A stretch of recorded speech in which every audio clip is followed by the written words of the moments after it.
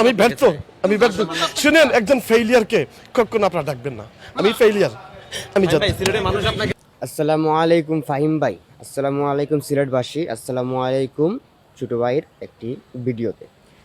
তো আশা করব আপনারা আমার ভিডিওটা একটু সম্পূর্ণ দেখবেন, কথাগুলো একটু বোঝার চেষ্টা করবেন। তো আমাদের সিলেট টাইটানিক হারছে, এটা কোনো ফ্যাক্ট না। ফ্যাক্ট হচ্ছে হার জিত সব খেলাতেই আছে। যেমন ধরেন একটা সময় আমরা ক্রিকেট খেলা একদম ছেড়ে দিয়েছিলাম দেখা, এতটা বিরক্ত হয়েছিল একটা সময়, ক্রিকেট খেলাটা ছেড়ে দিয়েছিলাম। এখন ক্রিকেট খেলাতে আমরা আবার ফিরে আসছি। এখন আপনি যদি আগামী ম্যাচগুলোতে আমরা আগামী বছরে যদি আমরা ক্রিকেট খেলাটা আরও উন্নত দেখতে পারি, তাই আমরা সিলেটবাসী যারা আছে, যারা সিলেটের যারা আছে তাদের সবাইকে আপনি ভালোবাসা দিয়েছেন এবং সিলেটবাসী আপনাকে ভালোবাসা দিয়েছে। তো আমার কথা হচ্ছে, এখন আপনারা সবাই মুখে হাসি ফুটিয়ে এখন আপনারা রিজাইন করবেন, এটা ভাই আমার মানে ছোটো মনে বড় কথা, আমার কাছে এটা কীরকম লাগতেছে।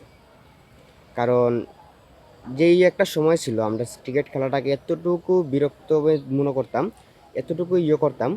আর খেলার মধ্যে ভাই হার জিত আসে, স্বাভাবিক, খেলার মধ্যে হার জিত হবে এবং কি জিত আসবে হার আসবে, এতে কোনো সমস্যা না, ঠিক আছে।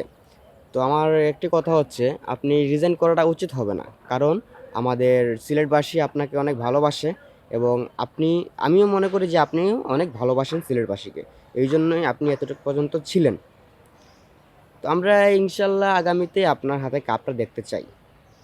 আপনি যদি রিজাইন করেন অবশ্যই আমরা দেখতে পারবো না। আপনি যেরকম টিমটাকে রিপ্রেজেন্ট করছেন ওইরকম আর কেউ করতে পারেনি আমার দেখা মতে, মানে আমার চোখের দেখা মতে আর কেউ রিপ্রেজেন্ট করতে পারেনি আপনি যতটুকু রিপ্রেজেন্ট করছেন।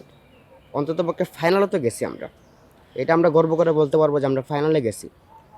তো আমি জানি না আমার কোনো জায়গায় ভুল ত্রুটি হতে পারে, অবশ্যই আপনারা ক্ষমার দৃষ্টিতে দেখবেন।